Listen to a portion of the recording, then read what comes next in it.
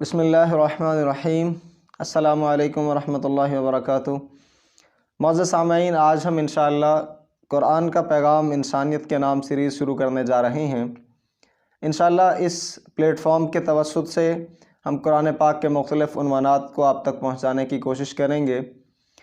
میں خود ایک دین کا طالب علم ہوں اور میرے اندر یہ جستجو، یہ کوشش، یہ طلب تھی کہ قرآن کے پیغام کو عام کیا جائے، نوجوان نسل میں قرآن فہمی کو پھیلایا جائے، چونکہ قرآن جو ہے یہ اللہ رب العزت کی طرف سے اتاری ہوئی ہدایت پر مبنی ایک مستند کتاب ہے، تو کیوں نہ ہم اس کار خیر میں حصہ ڈالتے ہوئے اپنی کوشش اور کاوش کو پایہ تکمیل تک پہنچائیں۔ نبی پاک صلی اللہ علیہ وسلم کی حدیث ہے، بلغوا انی ولو آیا، کہ آپ تک ایک بھی آیت پہنچے تو آپ اس کو آگے پہنچائیں۔ تو اسی بات کو لیتے ہوئے میری یہ کاوش اور کوشش ہے کہ انشاءاللہ قرآن جس قدر مجھے سمجھ آیا میں آپ تک پہنچانے کی پوری کوشش کروں گا۔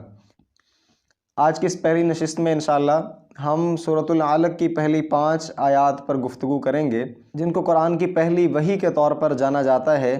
تو ہم بغیر کسی تاخیر کے ان آیات کا آغاز کرتے ہیں۔ بسم اللہ الرحمن الرحیم۔ اقرأ بسم ربک الذی خلق، خلق الانسان من علق، اقرأ وربک الاکرم، الذی علم بالقلم، علم الانسان ما لم يعلم۔ یہ پہلی 5 آیات جو ہیں سورۃ العلق کی، ان کو پہلی وحی کے طور پر بھی جانا جاتا ہے۔ ان کا پس منظر کچھ یوں ہے کہ اس دور میں جب نبی پاک صلی اللہ علیہ وسلم نے نبوت کا نیا دعویٰ کیا تو یہ آیات آپ صلی اللہ علیہ وسلم پر غار حرا میں نازل ہوئیں۔ مفسرین ان آیات کے بارے میں بیان کرتے ہیں کہ جبرائیل علیہ السلام ان آیات کو لے کر نبی پاک صلی اللہ علیہ وسلم کی خدمت میں حاضر ہوئے اور آ کر عرض کیا، اقرأ، پڑھیے۔ تو آپ صلی اللہ علیہ وسلم کا جواب کیا تھا؟ ما انا بقارئ، میں پڑھا ہوا نہیں۔ اس پر دوسری بار تکراراً جبرائیل علیہ السلام نے دوبارہ سے عرض کیا، اقرأ، پڑھیے، لیکن آپ صلی اللہ علیہ وسلم کا جواب پھر وہی تھا، ما انا بقارئ، میں پڑھا ہوا نہیں۔ تیسری بار پھر تکراراً انہوں نے فرمایا کہ اقرأ، پڑھیے، لیکن آپ صلی اللہ علیہ وسلم نے وہی کلمہ دہرایا اور فرمایا کہ ما انا بقارئ، میں پڑھا ہوا نہیں۔ اب بعض روایات میں آتا ہے کہ ان تینوں مرتبہ جبرائیل علیہ السلام نے نبی پاک صلی اللہ علیہ وسلم کو اپنے سینے کے ساتھ لگایا اور دبوچا اور دبایا، اور یہاں تک بھی آتا ہے کہ آپ صلی اللہ علیہ وسلم کو تکلیف محسوس ہوئی۔ جب 3 دفعہ آپ نے انکار کیا، یہ گویا ایسے فرمایا کہ میں پڑھا ہوا نہیں، تو پھر 4تھی دفعہ جبرائیل علیہ السلام نے پوری آیت پڑھی، اقرأ بسم ربک الذی خلق، پڑھیے اپنے پروردگار کے نام سے جس نے آپ کو پیدا کیا۔ تو آپ صلی اللہ علیہ وسلم کی زبان اقدس پر یہ آیات جاری ہو گئیں۔ یہاں ایک بات سمجھنا بڑا ضروری ہے کہ ایک روایت میں آتا ہے کہ یہ آیات جو نبی پاک صلی اللہ علیہ وسلم کے سامنے پیش کی گئیں، جبرائیل علیہ السلام ان کو سونے کی تختی پر لکھ کر لائے، اور لکھی ہوئی چیز کو آپ کے سامنے پیش کیا گیا تو آپ صلی اللہ علیہ وسلم نے آگے سے فرمایا کہ میں پڑھا ہوا نہیں۔ یعنی آپ صلی اللہ علیہ وسلم کو جو صفاتی نام ہے ان میں ایک نام ہے امی۔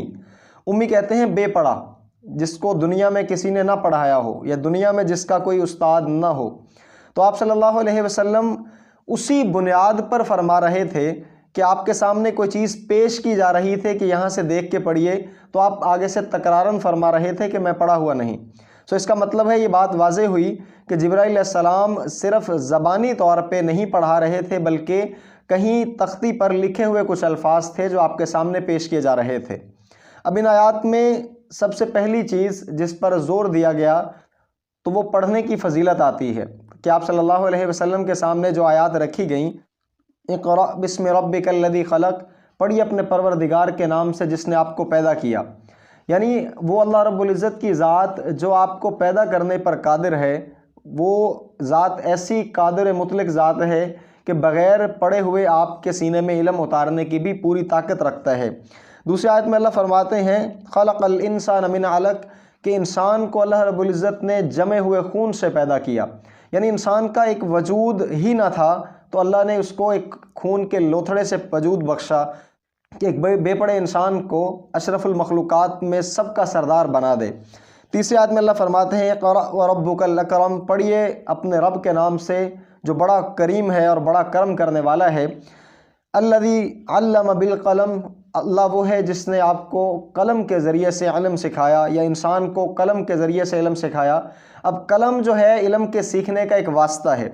مفسرین لکھتے ہیں کہ یہاں قلم سے مراد جبرائیل علیہ السلام ہے، کہ نبی پاک صلی اللہ علیہ وسلم اور اللہ کے درمیان قلم کا جو واسطہ ہے وہ نبھانے کے لیے اللہ نے ان کو منتخب کیا، جو کہ فرشتے کے طور پر آپ کے پاس اللہ کا پیغام لے کر پہنچے۔ اور آخری آیت میں اللہ فرماتے ہیں علم الانسان ما لم یعلم، کہ اللہ رب العزت کی ذات وہ بابرکت ذات ہے جو انسان کو وہ سکھاتا ہے جو انسان نہیں جانتا۔ پیدائشی طور پر تذکرہ کیا جائے تو انسان جب دنیا میں آتا ہے تو اللہ رب العزت قرآن میں ایک اور جگہ پہ فرماتے ہیں واللہ اخرجکم من بطون امہاتکم لا تعلمون شیئا، کہ جب تم ماؤں کے بطن سے باہر آتے ہو تو تم کچھ نہیں جانتے۔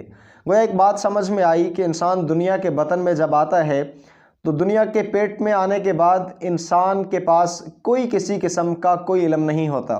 انسان جس فیلڈ کے لیے محنت کرتا ہے، تگ و دو کرتا ہے، کوشش کرتا ہے، جستجو کرتا ہے، اسی فیلڈ کا اس کے پاس کچھ محدود سا علم آتا ہے۔ اب اللہ رب العزت نے پہلی 5 آیات میں پڑھنے لکھنے اور علم کی فضیلت کو واضح کیا۔ یہ وہی علم ہے جس کی بنیاد پر آدم علیہ السلام کے سامنے تمام کے تمام فرشتوں کو اللہ نے جھکا دیا۔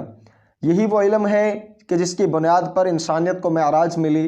ہمیں اس پیغام کو سمجھنا ہوگا کہ یہ پڑھنا اور لکھنا اور علم حاصل کرنا کس قدر فضیلت کا کام ہے، کہ اللہ رب العزت نے اپنی ہدایت پر مبنی اس کتاب کا آغاز ان بابرکت آیتوں سے کیا جن میں علم کی فضیلت کو واضح کیا گیا۔ آج ضرورت اس امر کی ہے کہ ہم بھی ان آیات کو سمجھیں اور عمل کی کوشش کریں۔ قرآن جو ہے یہ پورے کا پورا ہدایت پر مبنی ہے۔ اللہ رب العزت فرماتے ہیں ھدی للناس، یہ ہدایت ہے عمومی لوگوں کے لیے، ھدی للمتقین، یہ ہدایت ہے متقین کے لیے، یضل بہ کثیرا و یہدی بہ کثیرا، بہت ساروں کے لیے گمراہی کا باعث بنے گا اور بہت ساروں کے لیے ہدایت کا۔ اب یہ واضح کرتا چلوں، گمراہی ان لوگوں کے لیے ایک خاص قسم کا گروہ روایات میں آتا ہے جن کو مستشرقین کہا جاتا ہے۔ وہ ایسا گروہ جو قرآن کو اس نیت سے پڑھتے ہیں کہ ان میں معاذ اللہ عیب نکالیں۔ یہ تو ایسی کتاب ہے جس کے بارے میں اللہ نے شروع میں ہی چیلنج کر دیا کہ الف لام میم ذالک الکتاب لا ریب فیہ، یہ وہ کتاب ہے جس میں کسی قسم کا کوئی شک نہیں، یعنی یہ لا ریب کتاب ہے۔ جو اس کے بارے میں شک کی کوشش کرے گا تو یقینی بات ہے اللہ رب العزت اس کو گمراہ کر دیں گے۔ اور یہدی بہ کثیرا و یضل بہ کثیرا، ہدایت ہے بہت ساروں کے لیے سے مراد کہ جو بندہ اس کو پڑھے گا ہدایت کی نیت سے تو یقینی بات ہے اللہ رب العزت اس کو ہدایت عطا فرمائیں گے، اور ہدایت کا خزانہ میرے اللہ کے قبضہ قدرت میں ہے۔ جیسا کہ اللہ رب العزت ایک مقام پہ فرماتے ہیں انک لا تہدی من احببت ولکن اللہ یہدی من یشاء، کہ ہدایت جو ہے وہ اللہ رب العزت کے قبضہ قدرت میں ہے۔ اے نبی، اس کو ہدایت نہیں ملے گی جسے آپ چاہیں گے، بلکہ ہدایت اللہ اسے دے گا جسے اللہ رب العزت خود چاہے گا۔ دعا ہے کہ اللہ رب العزت ہمیں اس قرآن کو سمجھنے اور صحیح طرح سے عمل کرنے کی توفیق عطا فرمائے، اور قرآن کے اس پیغام کو آخری انسان تک پہنچانے کا ذریعہ بنائے۔ آئندہ ملیں گے انشاءاللہ ایک نئے عنوان کے ساتھ، تب تک کے لیے السلام علیکم ورحمۃ اللہ۔